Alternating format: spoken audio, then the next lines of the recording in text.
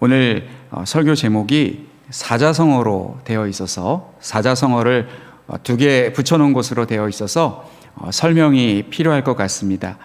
1인 지하, 만인 지상이란 한 사람의 아래, 만 사람의 위라는 뜻입니다. 요셉이 애굽의 총리가 되었을 때 요셉의 위로는 바로 한 사람뿐이었고 애굽의 모든 사람들은 요셉의 통치를 받아야 했습니다. 오늘 본문 말씀을 통해서 바로가 요셉을 애굽의 총리로 세우는 과정을 살펴보겠습니다.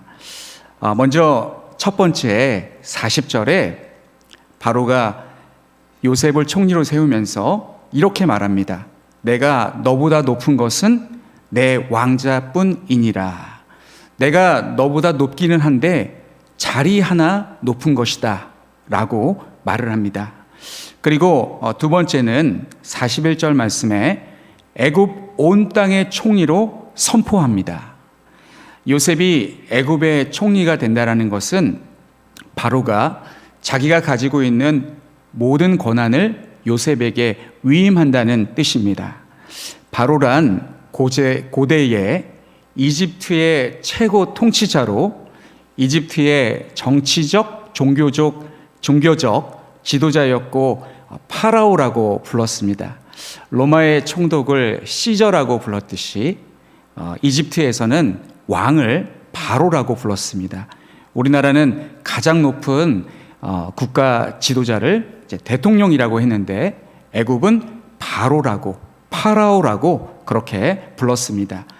절대 권력을 가지고 있었던 이 당시 파라오는 암메넴하 3세로 추정되는데 외국인이자 제수였던 요셉을 총리로 세운 것은 파격적인 조치였습니다. 당시 요셉이 통치하게 될 애굽이라는 나라의 규모는 어느 정도였을까요? 혹시 우리 성도님들 학창시절 때 배웠을 텐데 인류의 4대 문명의 발상지가 있습니다. BC 3000년께 황하 유역의 문명과 중국의 황하 문명, 그리고 같은 시기에 인도의 인더스강 유역의 문명, 그리고 나일강 유역의 이집트 문명, 그리고 마지막으로 티그리스 유프라테스강 유역의 메소포타미아 문명을 들 수 있습니다. 즉 애굽은 4대 문명의 발상지 중 한 곳이었습니다.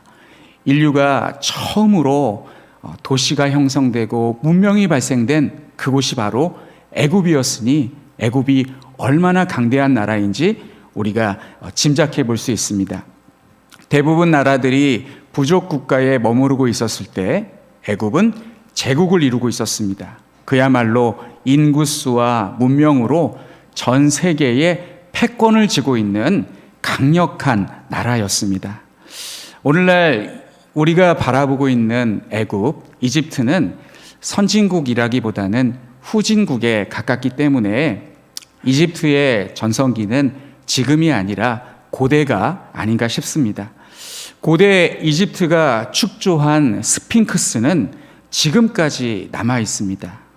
사막 한가운데에 어떻게 저렇게 큰 건축물을 지었으며 그리고 사각뿔의 밑면 모서리가 동서남북을 정확하게 가리키고 있고 그리고 저는 직접 가보지는 못했습니다만 이 벽돌과 벽돌 사이 그 올려놓은 그 간격이 얼마나 정교한지 종이 한 장 들어가지 않을 정도로 그렇게 정교하게 만들었다고 합니다. 지금도 말로써 설명이 안 되는 불가사의한 일로 여겨지고 있습니다. 스핑크스의 그 축조 연도가 요셉이 지금 애굽에 있었을 때보다 1000년 전이라고 합니다. 그러니까 우리가 보고 있는 그 스핑크스, 그것을 피라미드를 아마 요셉도 보았을 것이라고 생각을 합니다. 저는 요셉에게 자신의 권력을 위임한 바로는 매우 현명한 사람이라고 생각합니다. 무능하고 못난 사람이 아니라 아주 현명한 사람이라고 생각합니다. 애굽에서 바로는 신에 가까웠습니다. 신이라고 추앙을 받았습니다. 사람은 자기 앞에 있는 사람들이, 모든 사람들이 자기에게 엎드려 경배하고 찬송하면 자기가 신인 줄로 착각하게 됩니다. 오늘날 이단 교주들이 그렇지 않습니까? 그러나 바로는 자신의 한계를 인정했습니다. 7년 대풍년과 7년 대흉년의 상황, 요셉이 꿈 해몽을 해준 그 이야기를 듣자 이 심각한 상황을 타개할 수 있는 방법이 자신에게는 없는 줄로 알았기 때문에 요셉을 등용합니다. 그는 사람을 볼 줄 아는 빼어난 안목이 있는 사람이었습니다. 요셉이 꿈을 해몽해 주자 그가 하는 말을 바로는 정확하게 이해했고, 요셉의 말을 들어야 나라를 위기에서 구할 수 있다고 생각했습니다. 그래서 애굽 사람도 아니고 죄수에 불과했던 요셉을 애굽의 총리로 세웠습니다. 바로가 요셉을 애굽의 총리로 삼았다, 이것을 5글자로 축약하면 탁월한 선택이 되고, 그리고 4글자로 축약하면 신의 한 수라고 할 수 있겠습니다. 그의 현명한 판단이 위기의 애굽을 기회의 애굽으로 만들었습니다. 바로가 꿈을 꾼 시기는 BC 1885년으로 문명이 발생한 지 1100년 후였습니다. 우리가 알다시피 바로가 꾼 꿈은 2가지였습니다. 오늘 본문 앞부분에 바로가 꾼 꿈 이야기가 나옵니다. 아름답고 살진 7 암소가 풀을 뜯어먹고 있었는데 그 현장에 바로도 있었습니다. 바로가 꿈속에서 그 상황을 이렇게 전지적 관찰자 시점으로 보고 있는 게 아니라 자신도 그 안에 있었습니다. 그 안에 있었는데 이제 살찐 7 암소가 풀을 뜯어먹고 있었는데 흉악하고 파리한 7 암소가 그 아름답고 살진 7 암소를 꿀꺽하고 잡아먹어 버렸습니다. 바로는 너무 놀라서 잠에서 깨었다가 다시 잠이 들었는데 이번에는 무성하고 충실한 7 이삭이 나오더니 그 후에 동풍에 마른 가늘고 파리한 이삭이 나와 7 암소를 잡아먹었던 것처럼 잡아먹고 말았습니다. 이 꿈을 해석해 달라고 점술사와 현인들, 정말 국가에서 가장 똑똑한 사람들을 다 불렀지만 그들은 능히 해석하지 못했습니다. 혹시 우리 성도님들 중에 성경의 다른 말씀은 몰라도 이제 선지서나 또 요한계시록 같은 이 비유와 상징이 많은 그런 말씀은 몰라도 이 정도는 해석할 수 있지 않나? 라고 생각하시는 분도 있을지 모르겠습니다. 그런데 우리가 요셉이 해석해 준 내용을 익히 잘 알고 있기 때문에 이 말씀을 보면 어떤 내용인지 짐작이 되지만 처음 듣는 사람은 아마 난제였을 것입니다. 해석하기가 쉽지 않았을 것입니다. 만약 꿈보다 해몽이 더 좋다는 식으로 바로의 마음을 안심시켜주기 위해서 적당하게 아무렇게나 대충 해몽을 해 주었는데 나중에 해몽해 준 대로 이루어지지 않으면 그 해몽한 사람은 목숨을 부지하기가 어려울 것입니다. 이때 술 맡은 관원장의 내리에 요셉이 떠오릅니다. 술 맡은 관원장은 그동안 잊고 있었는데 이제 요셉이 생각이 났고 바로에게 그를 추천하였습니다. 요셉은 당장 석방되어서 수염을 깎고 의복을 갈아입고 왕 앞에 섰습니다. 그는 자신이 그 꿈을 해석할 수 있다고 말하지 않고 하나님께서 알게 하실 것이라고 말합니다. 16절 말씀 제가 읽어드리면 요셉이 바로에게 대답하여 이르되 내가 아니라 하나님께서 바로에게 편안한 대답을 하시리이다. 이처럼 요셉은 결정적인 순간에 항상 하나님을 앞세웠습니다. 항상 하나님께서, 하나님 앞에서 하나님이, 이런 말을 요셉이 참 자주 합니다. 오늘 본문을 통해서 저는 바로가 요셉을 애굽의 총리로 세우는 과정 8가지를 설명하고 또 그 중에서 두 가지의 영적 교훈을 말씀드리려고 하는데, 두 가지의 영적 교훈, 첫 번째는 요셉은 항상 하나님을 앞세웠다라는 것입니다. 보디발의 아내에게 유혹을 받을 때도 요셉은 창세기 39장 9절에 이렇게 말했습니다. 이 집에는 나보다 큰 이가 없으며 주인이 아무것도 내게 금하지 아니하였어도 금한 것은 당신뿐이니 당신은 그의 아내임이라.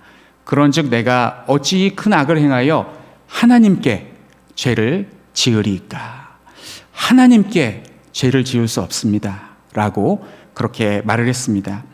우리가 요셉에게 본받을 점은 바로 이 점입니다. 하나님 앞에서, 즉 코람데오의 정신입니다. 대부분 사람들은 하나님을 이용하여서 자기의 영광을 얻고자 합니다.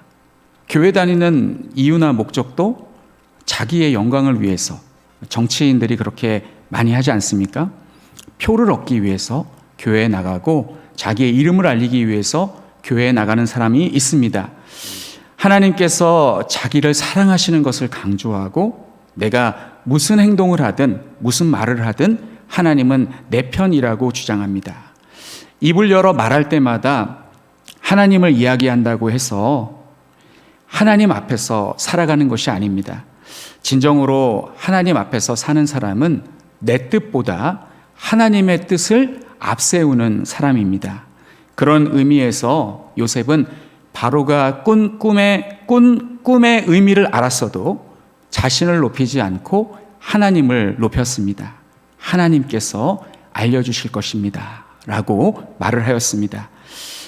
바로가 요셉을 애굽의 총리로 세우는 과정, 세 번째는 요셉이 바로의 꿈을 해몽해 주자 바로는 자신의 인장 반지를 빼어서 요셉의 손에 끼워 주었습니다. 저도 반지를 끼고 있는데 인장 반지는 무엇이냐면 이 반지에 도장이 박혀 있습니다.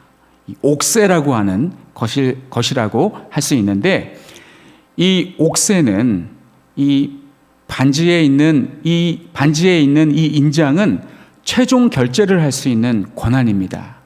오늘날로 치자면 인감 도장이라고 할 수 있겠습니다. 인감 도장을 아무에게나 맡기는 사람은 없습니다.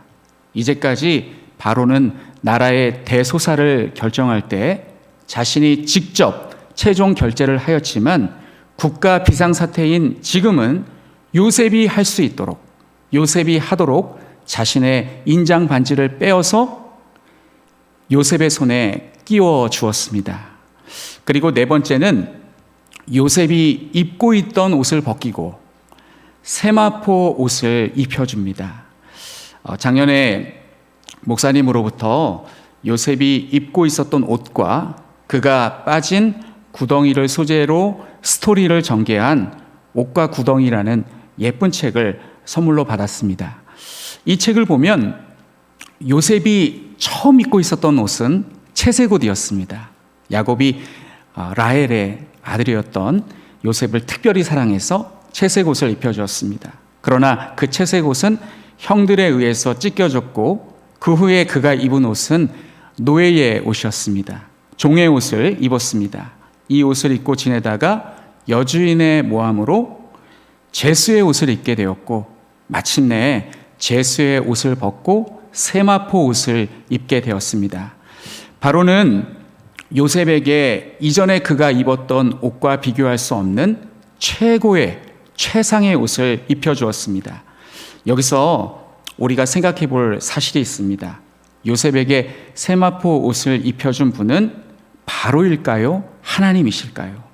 저는 하나님이시라고 생각합니다. 하나님께서 바로를 통하여 그에게 가장 좋은 옷을 입혀주셨습니다. 하나님은 요셉에게 억울한 누명을 뒤집어 쓴 것 같았던 그의 옷을 벗겨주시고 가장 깨끗하고 아름다운 세마포 옷을 입혀주셨습니다. 다섯 번째는 금사슬을 그의 목에 걸어 주었습니다. 금사슬은 단순히 호사스러운 목걸이, 사치품이 아닙니다. 이것은 권위를 상징하는 장식입니다. 여섯 번째는 자기에게 있는 버금수레에 그를 태웠습니다. 버금수레란 바로가 타는 최고의 운송수단입니다. 오늘날 국가의 원수가 타는 최고급 세단을 연상하시면 되겠습니다. 7번째로 바로는 요셉에게 앞으로 네가 가지게 될 권한에 대해서 설명해 줍니다. 44절 말씀을 보시면 애굽 온 땅에서 내 허락이 없이는, 네 허락이 없이는 수족을 놀릴 자가 없으리라. 요셉이 바로에게 받은 권력은 모든 사람을 자기의 뜻대로 통제할 수 있는 절대 권력이었습니다. 8번째로 그의 이름을 사브낫 바네아로 지어주었습니다. 사브낫 바네아란 세상의 구주라는 뜻입니다. 바로는 요셉에게 신성을 부여할 만큼 요셉을 인정했습니다. 요셉의 말을 들어야 자기의 백성이 산다라는 것을 알았습니다. 그래서 백성들이 바로에게 나와서 살려달라고 부르짖을 때 바로는 요셉의 말을 들으라 라고 말합니다. 55절의 말씀해 보시면 하반절에 전체를 제가 읽어드리면 애굽 온 땅이 굶주림에 백성이 바로에게 부르짖어 양식을 구하는지라 바로가 애굽 모든 백성에게 이르되 요셉에게 가서 그가 너희에게 이르는 대로 하라 하니라. 이렇게 모든 권한을 전부 요셉에게 맡겼습니다. 요셉이 애굽의 노예로 팔려간 지 13년 만에 요셉은 애굽의 총리가 되었습니다. 노예가 되어 가정 총무의 일을 보다가 여주인의 모함으로 감옥에 가기도 하였습니다. 많은 시련과 어려움이 있었지만 요셉은 한 번도 하나님을 원망하거나 자신의 처지를 비관하지 않았습니다. 어느 곳에 있든지 하나님 앞에서 살아가려고 노력하였습니다. 그 결과 하나님은 요셉을 가장 높은 곳에 올려주셨습니다. 사람들은 정상에 있을 때에 정상에 오래 머무르고 싶어 합니다. 그러나 요셉은 정상에 오래 머무르지 않고 얼른 내려왔습니다. 요셉은 지체하지 않고 애굽의 총리가 되자 당장 일을 시작합니다. 최고의 위치에 올랐다라는 것에 도취되지 않고 당장 일을 시작합니다. 46절의 말씀을 보시면 바로의 앞을 떠나서 애굽 온 땅을 순찰합니다. 그는 바로에게 받은 권력을 남용하지 않았습니다. 제가 만일 요셉이라면 어떻게 했을까요? 일단 성대한 잔치도 좀 버리고 그리고 이제 최고의 위치, 최고의 권력을 갖게 되었으니 과거사를 정리를 좀 해야겠다라는 생각이 들었을지도 모르겠습니다. 일단 자신을 감옥에 갇히도록 한 보디발의 아내 불러다가 문초를 했을 것 같습니다. 나를 강간미수범으로 만든 그녀를 불러다가 내가 당신을 유혹한 적이 있느냐라고 신문을 했을 것 같습니다. 지금부터 사실대로 이야기해라. 팩트만 이야기해. 거짓이 하나라도 있으면 가만두지 않을 것이다. 라고 이렇게 엄포를 놓았을 것 같습니다. 이건 제 상상인데요. 그러면 아마 그 보디발의 아내가 어떻게 했을 것 같습니까? 아이고 잘못했습니다. 목숨만은 살려주십시오. 이렇게 구걸을 했을까요? 저는 그러지 않았을 것이라고 생각합니다. 요즘에 일어나는 여러 사건, 사고들을 보면 하나님께 은혜를 받지 못한 사람들은 자신의 죄를 뉘우치거나 회개하지 않습니다. 억울해하고 또 빠져나갈 궁리를 하고 또 분해합니다. 그래서 예수님께서 한 달란트 받은 자를 바깥으로 내쫓으라고 하셨을 때 그가 그곳에 가서 반성하고 안타까워하고 뉘우치고 내가 왜 그랬을까 자책하기보다는 슬피 울며 이를 갈았습니다. 그리고 혼인잔치에서 쫓겨난 사람도 자기가 예복을 준비하지 못한 것에 대해서 안타까워하고 또 후회하고 다음에는 그러지 말아야지라고 생각을 해야 되는데 이를 갈았습니다. 공통점이 하나님께 은혜 받지 못한 사람, 하나님께 택함 받지 못한 사람, 유기된 사람은 항상 이를 갑니다. 억울해하고 분해하고 반성할 줄을 모릅니다. 회개하지 않습니다. 그래서 우리도 이런 사람들처럼 되지 않기 위해서 죄에 대해서 민감하고 또 누군가로부터 잘못을 지적받았을 때 분해하고 억울해하고 이를 갈기보다는 자신의 문제가 무엇인지 잘 생각해보고 잘못을 회개하는 그런 사람이 되어야겠습니다. 우리 신자라도 그렇게 살지 않으면 양심의 화인 맞은 자가 되어서 잘못된 길로 방향으로 나아갈 수가 있습니다. 그래서 저는 그 보디발의 아내가 이렇게 말했을 것 같습니다. 요셉, 당신은 나에게 모욕감을 줬어. 넌 나에게 굴욕감을 줬어. 이렇게 말했을 것 같습니다. 자신의 잘못을 회개하고 뉘우치기보다는 오히려 더 뻔뻔하게 그렇게 나갔을 수도 있습니다. 그래서 요셉처럼 우리는 그런 사람은 다시 만나지 않는 게 좋은 것 같습니다. 자, 사랑하는 성도 여러분, 오늘날 많은 사람들이 정상에 올라가려고 하고 가능한 한 그곳에 오래 머무르고 싶어 합니다. 그러나 우리의 목적은 정상에 오르는 것이 아니라 낮은 곳에서 섬기는 것입니다. 이것이 바로 오늘 본문이 주는 두 번째 영적 교훈입니다. 예수님도 정상에서 내려다 보이는 모든 것을 주겠다는 사탄의 유혹을 물리치셨고 제자들에게 이렇게 평소에 가르치셨습니다. 마가복음 10장 45절 말씀입니다. 인자가 온 것은 섬김을 받으려 함이 아니라 도리어 섬기려 하고 자기 목숨을 많은 사람의 대속물로 주려 함이니라. 사람들은 한번 정상에 올라가면 안 내려가려고 발버둥을 칩니다. 이러한 행동은 사람을 타락하게 하고 급기야 자멸하게 만듭니다. 등산가들은 누구나 다 에베레스트 산 정상을 정복하고 싶어 합니다. 정상을 정복했다가 정상에서 죽은 사람의 이야기가 있습니다.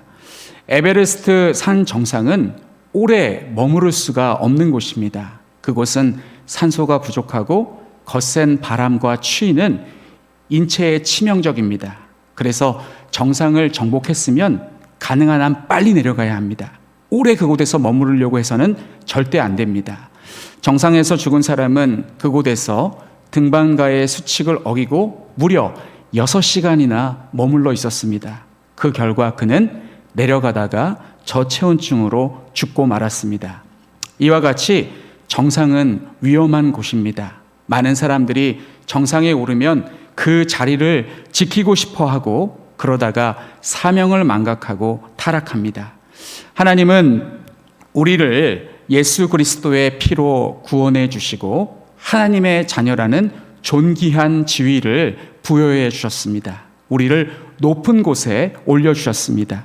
그리고 우리는 하나님의 은혜가 너무나 고맙고 감사해서 그 은혜에 보답하는 마음으로 열심히 예배드리고 봉사하였더니 나중에 교회에서 영광스러운 직분도 주셔서 사명을 감당하고 있습니다. 하나님께서 그렇게 해 주셨습니다. 여기에서 우리가 조심해야 할 함정이 있습니다. 악한 마귀는 항상 은혜가 넘치는 곳에 들어와서 틈새를 공략합니다. 하나님께서 우리에게 이처럼 영광스러운 직분을 주신 이유는 사명을 감당토록 하시기 위함인데 사탄은 우리로 하여금 직분에 취해서 사명을 망각하게 만듭니다. 사람은 사명을 망각하면 타락하게 됩니다. 사탄이 그러하였습니다.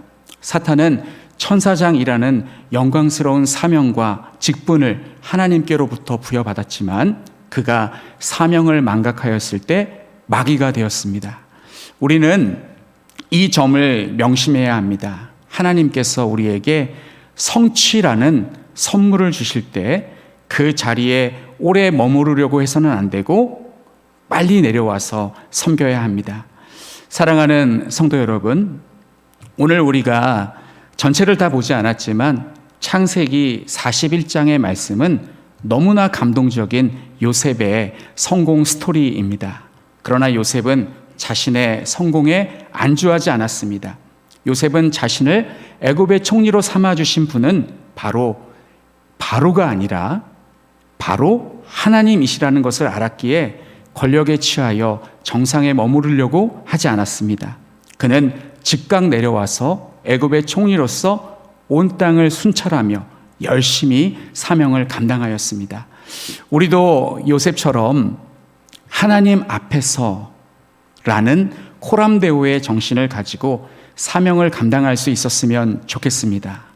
누가 알아주던 알아주지 않던, 심지어 그곳이 어둡고 음침한 감옥 같은 곳이라도 묵묵히 자신의 사명을 감당하실 수 있기 바랍니다. 우리 모두에게는 그리스도인이라는 사명이 있습니다. 이 땅 가운데 빛과 소금으로 살아가실 수 있기 바랍니다. 또한 높은 곳에서 자신의 지위를 누리려고 하기보다는 낮은 곳에서 섬기실 수 있기 바랍니다. 예수님은 영광스러운 보좌를 버리시고 이 땅에 오셨고 자기 목숨을 많은 사람을 위한 대속물로 주셨습니다.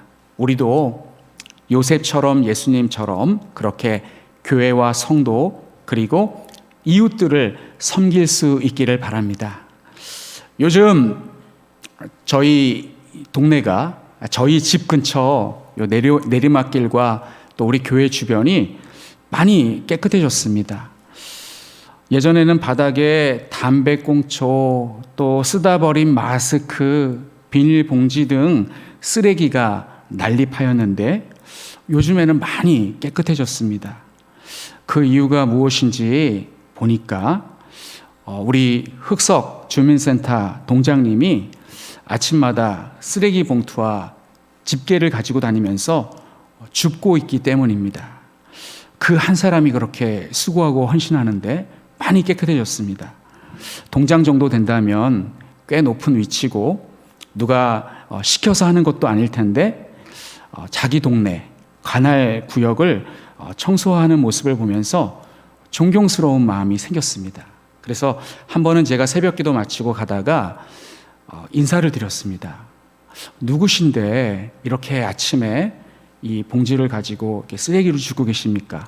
선생님은 혹시 누구십니까? 라고 한번 물어봤습니다. 그랬더니 저는 흑석동 주민센터 동장입니다. 이렇게 얘기를 해줬습니다.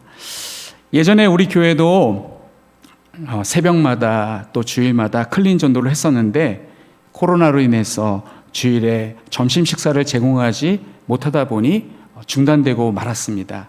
그러나 이 또한 낮은 마음으로 동네와 이웃을 섬길 수 있는 중요한 사역이라고 생각합니다. 이제 거리두기도 해제되고 또 4월 25일부터는 또 식사도 다 자유롭게 할 수 있게 해준다고 하니까 또 우리 교회가 회복해야 할 또 사역 중에 하나라고 생각합니다. 낮은 마음으로 그리고 겸손한 마음으로 사명을 감당하는 모습은 바로 우리가 본받아야 할 요셉의 모습이고 예수님의 모습입니다. 사랑하는 성도 여러분, 요셉처럼 예수님처럼 그렇게 아름답게 교회와 성도 그리고 교회 밖 이웃을 섬기시는 한가람의 모든 성도님들이 되시기를 간절히 축원합니다. 기도하겠습니다.